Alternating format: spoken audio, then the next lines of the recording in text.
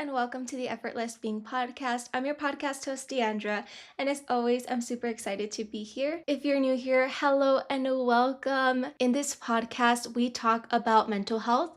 We talk about the things that affect our mental health and how we can implement lifestyle changes, skills, habits to ensure that our mental health is being taken care of. I also like to add spirituality in my episodes, so thank you for being here. And one thing about me is that I'm very vulnerable, and I will tell you if I'm struggling with something, I will tell you that we're in it together. So I hope that you can stay and listen to the 180 episodes we already have, not on YouTube, but on Spotify, on Amazon Podcasts, on Apple Podcasts, those platforms where you can listen to the episode. There are 180 episodes. I will leave the link below so that you can click on it and see all of the episodes that we already have. There's 90 in English and 90 in Spanish. So there's just so much. I truly think there's an episode for everything. If you have not already done so, please hit that subscribe button, whether you're listening or you are watching us on YouTube. What this does is it helps get this episode and this podcast out to all the people who need to hear this content, who may be struggling with their mental health, who are not sure how to move forward, and this podcast could be a resource for them. I would also like to know what you're thinking about the episodes. Leave a comment on YouTube, or you can leave a review on Spotify, Apple Podcasts, Amazon. You could leave a 5-star review if that resonates with you, and you can also type in a review. So I would appreciate both. Lastly, before we get started on this episode, I would like to give a legal disclaimer.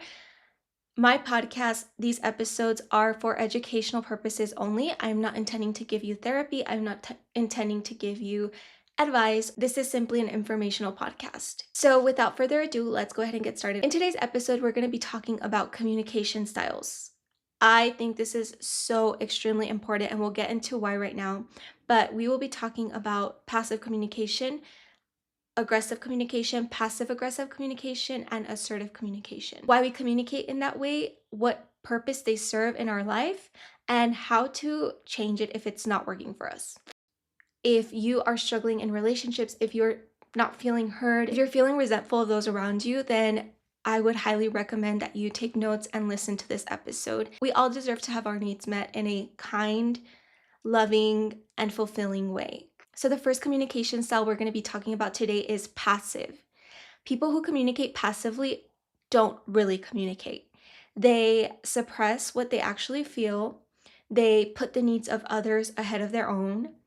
They say yes to many things, even if they are not capable. They might not have the resources, the time, the money, the energy to do it, but they still say yes. Here's the definition for passive communication. Someone avoids expressing their opinions, needs, or values. Often the person prioritizes the needs, values, and opinions of others over their own. They are concerned that expressing their feelings, needs, wants, values, opinions might hurt another person.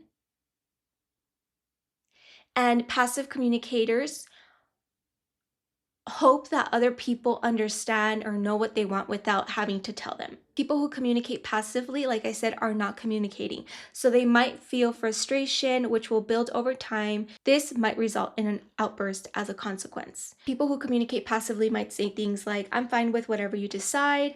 It's not a big deal, really. I'll just go along with whatever. Yes, of course, I can help you with that. Not only are we communicating vocally, but we are also communicating behaviorally. This person who's passive might have poor eye contact. I cannot look at you in the face. I don't express my own needs and wants. It might allow people to take advantage of me.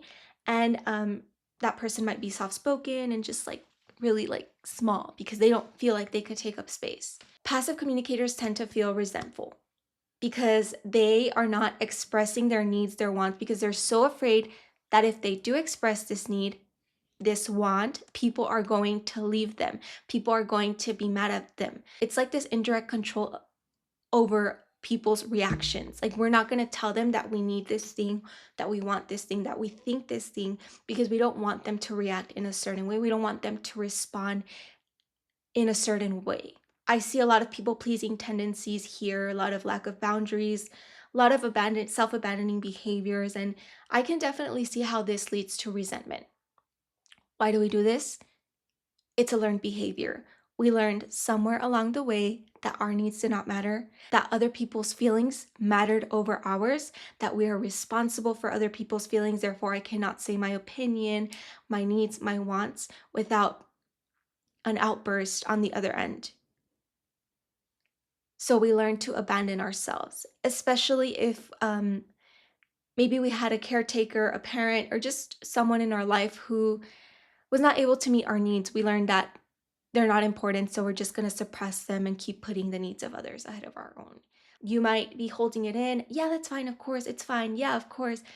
And then you'll get to a point where you're just going to lash out at everyone. I intern at a behavioral health hospital. So this is an inpatient facility where people who are struggling with mental illnesses or are struggling with substance abuse disorders come, and they stay there for 1 to 2 weeks at an end.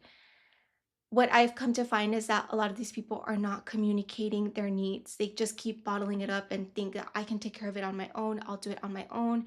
And they're not asking for help from friends, from loved ones, from a therapist, from a psychiatrist, or higher power. And they just keep bottling it up until they can no longer do that, until your body literally forces you to stop and ask for help. And this is what passive communicators do. They don't express the need, they don't tell anyone that they are in need. I'll just do it myself. I can do it myself.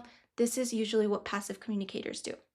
Let's move on to the aggressive. So aggressive communicators, so passive is very indirect, right? I'm not expressing anything, whereas aggressive is very direct.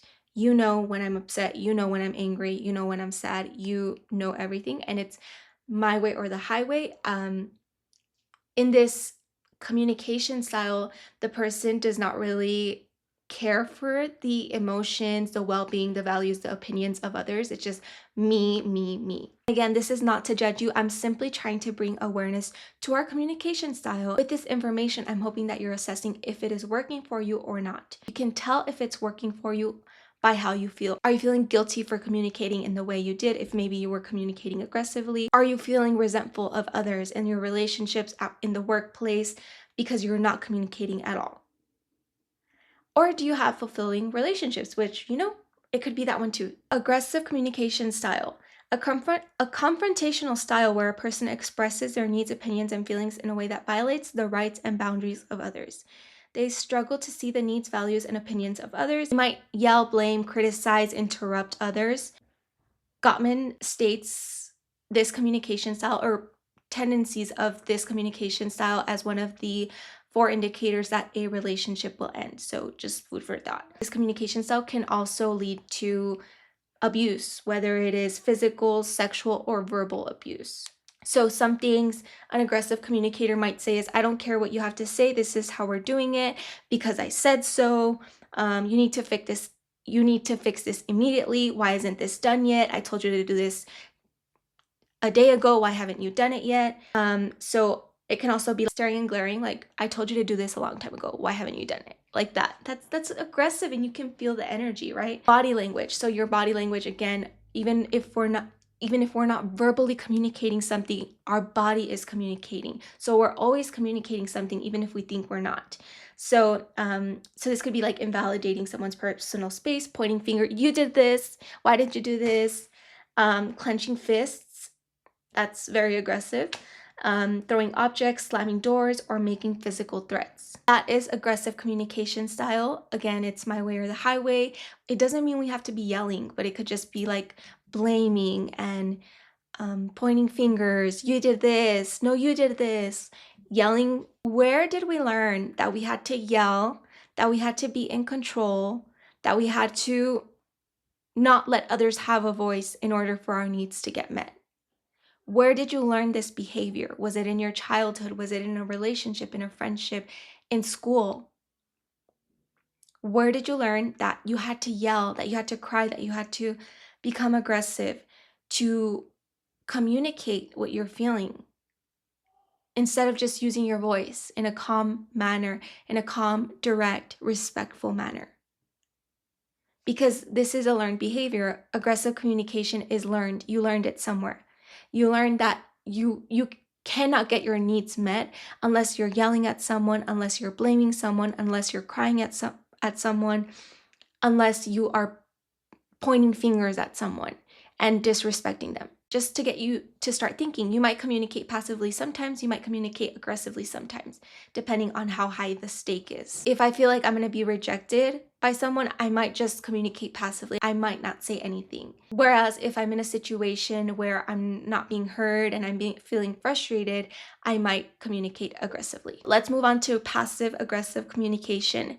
This is a mixture, right? We've talked about passive and aggressive, and so now this one's combined.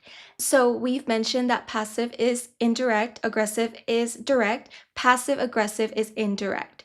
So this is where like we're kind of hinting at something, but we're not saying it directly. Our vocal communication and our behavioral communication is different. It's not congruent. The definition for passive aggressive communication is the indirect expression of anger, resentment, or frustration. Instead of addressing an issue directly, a person masks their true feelings behind superficial politeness, sarcasm, or subtle behaviors, leaving the recipient confused and the underlying problem unresolved. We're not communicating what we want. We're kind of throwing little hints here and there, but it's not a direct thing because it's scary to be vulnerable and say exactly what you want. We'll add these little indirect behaviors or indirect comments like, sure, I can help you. Like this, like that's confusing. The recipient is going to be like, wait, can you? It's like my voice is communicating passively and my body is like, I actually don't want to do this. It sends mixed signals to the recipient. Examples of passive aggressive behavior is someone agrees to do something but delays, never does it, or gives a sarcastic response. Ghosting, guys. Ghosting is passive aggressive behavior because part of us maybe doesn't want to talk to this person anymore. We can't say it directly to them. We are too afraid to say, you know what, this is not working for me, or I actually don't want this. So we'll just ghost them. They give you the silent treatment for no apparent reason and refuse to discuss their feelings when you ask. Even if they appear angry, they assure you they're fine or that nothing is wrong. So again, you could see their body language like this, or like they're rolling their eyes, and then they're like, no, I'm fine. No, I'm fine. Everything's fine. Like that, like you can tell they're angry, but they cannot communicate that because it's scary to communicate that. They show unhappiness through actions like pouting, loudly sighing, such as slamming doors, but don't express these feelings verbally. So they communicate to others about the situation, but not to the person who is dissatisfying them. So maybe it's my partner who is dissatisfying me, and I'm over here telling my mom every single thing that my partner did or didn't do, and my partner has no clue that I feel this way. It's this fear of being rejected, this fear of, if I express this and they cannot meet it, I don't know what I will do. So I'd rather just not express it directly. I will express this irritation, frustration, stress through my body, pouting. Lastly, let's move on to assertive communication. So assertive communication, according to family systems, where it's congruent. There's congruency between what we actually feel and what we're communicating. We're not trying to mask it. Assertive communication is the ability to directly and clearly state your feelings and needs in a respectful manner. An assertive communication style neither shrinks from speaking up nor aggressively forces a perspective on someone. So I want to highlight where it says aggressively forces a perspective. Aggressive communication, sometimes we think, oh, but I'm just communicating. But we're in a way still trying to aggressively force our opinion onto someone, even if I'm not like yelling at them, blaming them.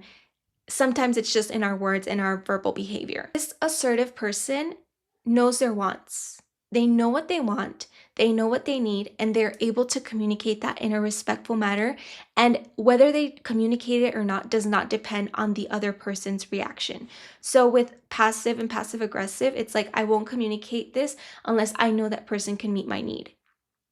The assertive communicator knows what they want, they know themselves, they know what they need, they know their values, and whether or not the receiver, whether it's partner, mom, children, friend, workplace, can or cannot receive it, they are still communicating that. They are still communicating their need in a respectful manner. The assertive communicator uses I statements. They stick to the facts. So this would look like, let's say a coworker did not respond to an email. They're not going to say, oh, so-and-so was ignoring me. They were out eating with a friend. Sticking to the facts. The fact is they didn't respond to your email. That is a fact, right? It's been 2 days. They didn't respond to your email. That is a fact. However, that they are ignoring you or that they don't want to respond to you, that is not a fact. They maintain a calm tone. So the assertive communicator is not like this, like, why didn't you do this? They're just like, I felt frustrated when this didn't happen. And they keep eye contact, not like intense eye contact, but it's like very like, like they stand their ground. They stand their boundary in a respectful, calm, free way. They sit with discomfort and guilt without breaking their boundary. So again, passive and passive aggressive communicators, they're carrying a lot of guilt. And this guilt is usually driving whether they state their need or not, whether they assert it or not. Assertive communicators will state their need despite feeling guilt or discomfort. They understand that having difficult conversations is what's going to lead to resolution and to having their needs met and the needs of others, right? They can say no. No is a full sentence. Not like, no, I already told you no. Not like that, but just like, no. And holding it. I know it's scary. That feels scary. No, I can't. No, I can't. Sorry. I can't right now. Sorry. Practice. Let's say it together. I can't right now. Sorry. I can't right now, sorry. I don't have the capacity to do that for you right now, I'm sorry. There's compassion, right? Being compassive. I understand your need. You're asking me to do something and it sucks that I can't. So I understand your need, but also I know my need and I know that right now I don't have the resources, the energy, and the time to do that. This takes practice.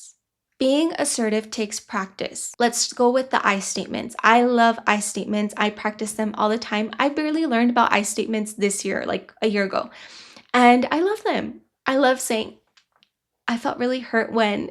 It's so scary and it's so vulnerable because I don't want people to think that I'm sensitive, but I force myself to do it even though it's uncomfortable for me. And I'm like, I want to run right now.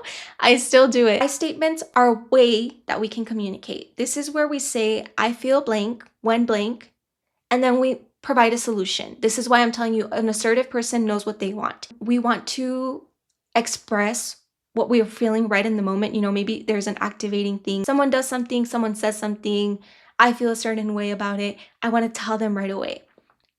Before you tell them, before you say that, I want you to take a breath. I want you to ask yourself, what am I feeling? What am I feeling? Am I feeling frustration? Am I feeling anger? Am I feeling irritation? If you don't know what you're feeling, our bestie, we bring her up so many times on here on the podcast. It's the emotion wheel. She helps us become emotionally available and weak. Am I feeling scared? Am I feeling terrified? Am I feeling disappointed? Am I feeling confused? Am I feeling grief? Am I feeling hurt? Am I feeling lonely, ashamed, disapproved? What are you feeling? What are you feeling? Where are you feeling it? This is just for us. We want to get in touch with ourselves first, because when we're in touch with ourselves, when we're a little more regulated, I can then show up and tell this person in a calm and respectful manner how I feel. Sometimes we go straight to telling people how we feel and we feel guilt after because we realize that we didn't communicate it in the way that we wanted to. So doing this, taking the pause, getting in touch with yourself, knowing what you're feeling and where you're feeling it in your body, in your stomach, in your throat, I feel it in my head, I feel it right here in my jaw, I feel it in my chest. Where do you feel it? Get so familiar with yourself and have compassion for yourself because you're human. I felt disappointed, frustrated when you came home past 2 a.m. That's what we're stating, right? We're just stating the feeling and why we're feeling that way. I felt hurt when you came home past 2 a.m. I felt sad when you didn't say hi to me. I felt forgotten when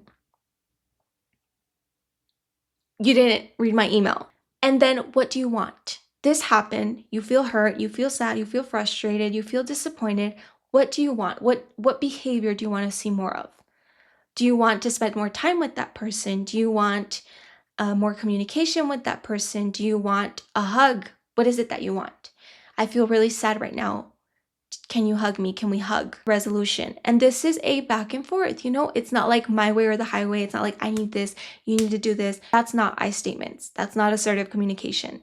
You need to do this, you need to do that. Why didn't you do that? That is aggressive communication. It would make me feel really calm and secure if you came home at 12 next time. And the person can say whatever they want. And that's the thing. Assertive communicators let go of that. They're expressing it and that's all. They're not trying to force a behavior onto someone. Whereas aggressive communicators are. They're trying to force a certain behavior. They're trying to force that person to give them that thing. And assertive communicators are like, I'm simply expressing it. Can you meet it or not? If not, that's information for you. And then, you can compromise and see what fits for you and for that person that you're communicating with. Let's say that my friend shows up at my house unexpectedly and I had plans to film my podcast today. If I communicated in a passive way, I'm going to open the door and I'm going to say, "Oh, hi. Oh, I didn't know you were coming. Yeah, of course, come in. Come in. Yes, yes, yes. Do you want me to make you some food? Are you hungry? Do you need something? What do you need?" That's passive. I'm putting her needs in front of mine, even though I'm so busy. I don't have the time to cook for her. I don't have the resources or even the energy.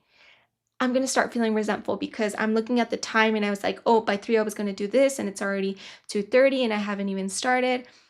So I'm feeling stressed, I'm feeling frustrated and resentful towards that friend. Let's move on to aggressive. Same scenario.